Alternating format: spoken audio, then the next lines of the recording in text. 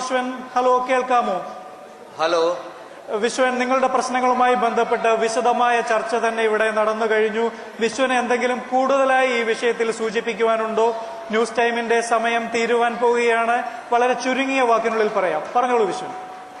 വലിയ പഠിപ്പോ വിവരമോ മനസ്സിലുള്ളതെല്ലാം പറഞ്ഞ് ഫലിപ്പിക്കാനുള്ള കഴിവ് എനിക്കില്ല. 10-45 വർഷം ഒരുപാട് അനുഭവിച്ചനാണ് ഞാൻ. അനുഭവത്തിൽ നിന്നല്ലേ മനുഷ്യൻ പഠിക്കൂ. അങ്ങനെ ഞാൻ കുറെ പഠിച്ചു. അതുകൊണ്ട് നാളെ ഇതുപോലെ വേറൊരാൾ ജാമ്യം നിന്ന് ആത്മഹത്യ ചെയ്യും മുമ്പ് എനിക്ക് 1-2 കാര്യങ്ങൾ പറയാനുണ്ട്. വേഗം പറയൂ വിശ്വൻ, സമയം അതിക്രമിക്കും. ഈ ലോകത്ത് നമ്മൾ ഓരോരുത്തരും ഒറ്റപ്പെട്ടവരാ. ആറ്റ് കളയുമ്പോഴും അളന്ന് കളയണമെന്നല്ലേ ചൊല്ല്. അതുകൊണ്ട് സ്വന്തം അമ്മയോടായാൽ പോലും കാശിന്റെ കാര്യത്തിൽ ഒരു കണക്ക് വയ്ക്കണം, നല്ലതാണ്. കണക്ക് പറയാനല്ല, നാളെ നമ്മളെ കൊണ്ട് ഇതുപോലെ പറയിപ്പിക്കുമ്പോൾ നമുക്കൊരു തെളിവ് വേണ്ടേ. രണ്ടാമത്തെ കാര്യം, ആത്മസുഹൃത്തുക്കൾ തമ്മിൽ ഒരിക്കലും പണമിടപാട് നടത്തരുത്. മൂന്നാമത്തെ കാര്യം, 5000 രൂപയിൽ കൂടുതൽ നിങ്ങൾ കാശ് കടം കൊടുക്കുന്നുണ്ടെങ്കിൽ ഒരു തെളിവിനെങ്കിലും ഒരു ചെക്ക് മേടിച്ചിരിക്കണം. സോറി വിശ്വൻ, താങ്കൾക്ക് അനുവദിക്കപ്പെട്ടിരിക്കുന്ന സമയം സ്വന്തം നിലനിൽപ്പും രക്ഷയും നോക്കാതെ ആരെയും സഹായിക്കരുത്. സമയം കഴിഞ്ഞു വിശ്വൻ. പറയാനുള്ളതെല്ലാം പറഞ്ഞു കഴിഞ്ഞു സാറേ. വിശ്വൻ, നിങ്ങൾ ജാമ്യം നിന്നതുകൊണ്ട് വളരെ വലിയ വലിയ കാര്യങ്ങളാണ് പഠിച്ചത്. ന്യൂസ് ടൈമിന്റെ സമയം പരിധി വിട്ടും എന്നാൽ പരിധിക്കകത്തുമായി പാലിച്ചതുകൊണ്ട് വെരി വെരി താങ്ക്സ്. ചർച്ചയിൽ പങ്കെടുത്ത doctor C Nandakumar, Alex Punnoose, Madhavan Nair, advocate Fathima Beegum എന്നിവർക്കും നന്ദി. വിശ്വൻ കുണ്ടൂരിന്റെ ആത്മഹത്യ അനിവാര്യമോ? SMS വോട്ടെടുപ്പിൽ പങ്കെടുക്കുവാൻ ആഗ്രഹിക്കുന്നവർ നിങ്ങളുടെ വിലയേറിയ വോട്ടുകൾ ഞങ്ങൾക്ക് SMS ചെയ്യുക. ഇന്ത്യക്ക് പുറത്തുനിന്നും SMS അയക്കുന്നവർ 2354 എന്ന നമ്പറിലേക്കും ഇന്ത്യക്ക് അകത്തുനിന്നും SMS അയക്കുന്നവർ 5368 എന്ന നമ്പറിലേക്കും ഞങ്ങൾക്ക് SMS ചെയ്യുക. നന്ദി, നമസ്കാരം.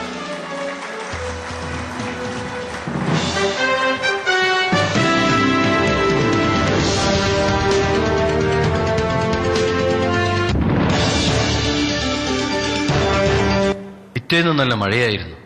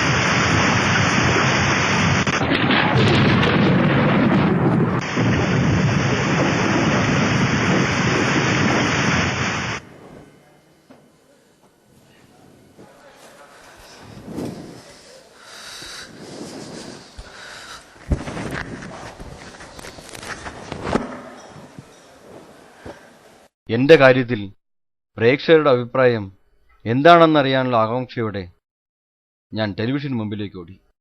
അന്നവിടെ പതിവിൽ കൂടുതൽ ആളുകളുണ്ടായിരുന്നു. തലേന്ന് നടന്ന ചർച്ചയുടെ വിശദാംശങ്ങൾ അവരാരും സംസാരിക്കുകയോ എന്നോട് പറയുകയോ ഉണ്ടായില്ല. അവർ ബംഗാൾ ഉൾക്കടലിൽ രൂപം കൊണ്ട ചുഴലിക്കാറ്റിനെക്കുറിച്ചുള്ള ഉത്കണ്ഠകളുമായി സിഗരറ്റുകൾ വലിച്ചുകൊണ്ടേയിരുന്നു.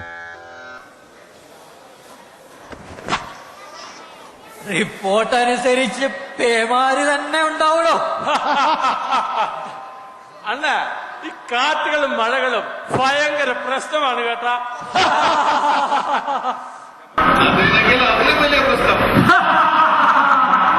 തകരട്ടു, ഈ മൂന്നാംകിട രാജ്യങ്ങളൊക്കെ തകരട്ടെ.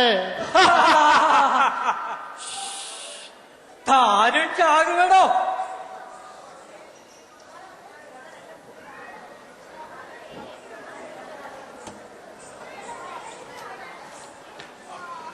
എന്റെ കാര്യത്തിൽ മാധ്യമങ്ങളും ജനങ്ങളും ഭരണകൂടവും തീർത്തും നിസ്സംഗത പാലിച്ചു.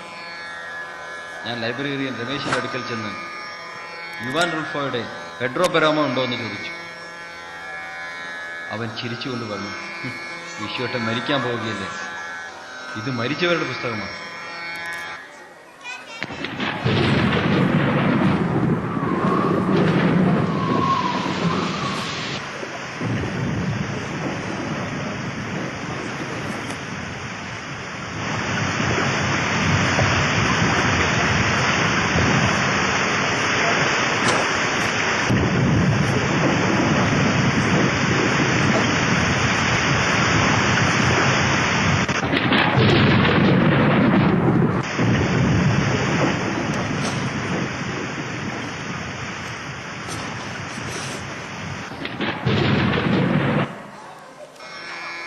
അഗസ്തീനോസ് ചർച്ചാവേളയിൽ പ്രതിരോധിച്ച കൊമാല എന്ന ഗ്രാമത്തെക്കുറിച്ചറിയാൻ എനിക്ക് തിടുക്കമായി.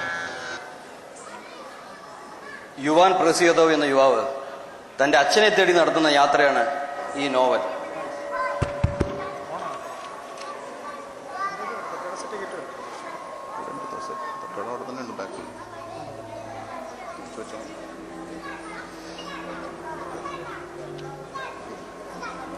La Comala, Juan. Allá vive tu padre. Así lo haré, madre. Se llama Pedro Páramo. എന്റെ അച്ഛൻ പെഡ്രോ ബറാമോ ഇവിടെയാണ് താമസമെന്നറിയായത് കൊണ്ടാണ് ഞാൻ കൊമാലയിലേക്ക് പോകുന്നത്.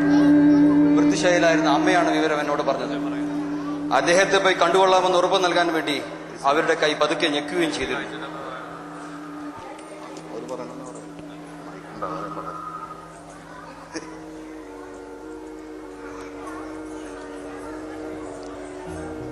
¿A dónde va usted? Voy para abajo, señor. ¿No hay agua por aquí? Sí. Aquí la tiene.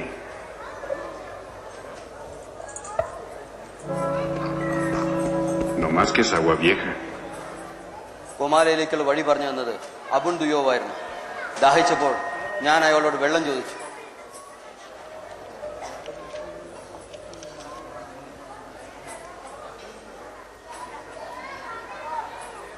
Tengo sed.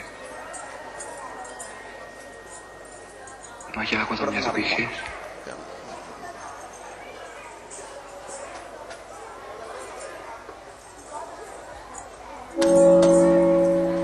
അബുൺ ദുയോ മരിച്ചവനാണെന്ന് എന്നോട് പറഞ്ഞ ഡോണി യുദ്ധഹീസിനോടും ഞാൻ വെള്ളം ചോദിച്ചു.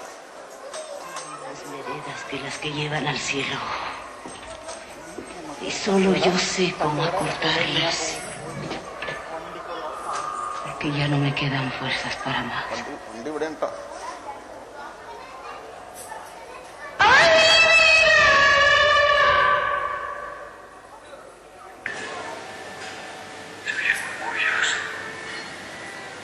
വരണ്ട ഗ്രാമം മുഴുവൻ മരിച്ചവരുടെ ശബ്ദങ്ങൾ മാറ്റൊലി കൊള്ളുന്നു.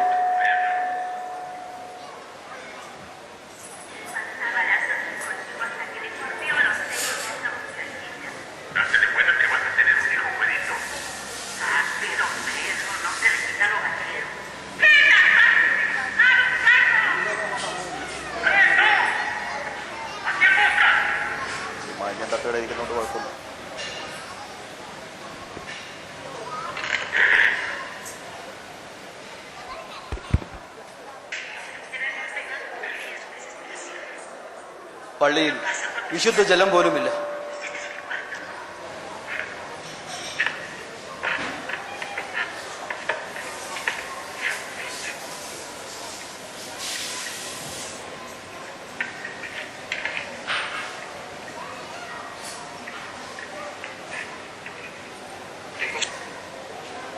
¿Hay algo de beber por aquí? A ver si queda tantito vino de oficial.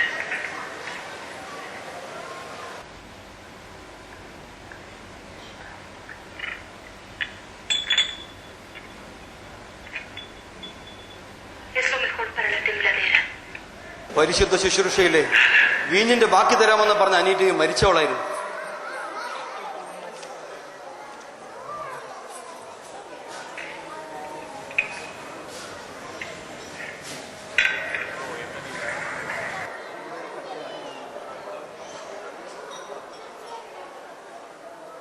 ഒടുവിൽ 2 തുള്ളി വെള്ളം കിട്ടാതെ യുവാൻ പ്രസിയതവും മരിക്കുന്നു.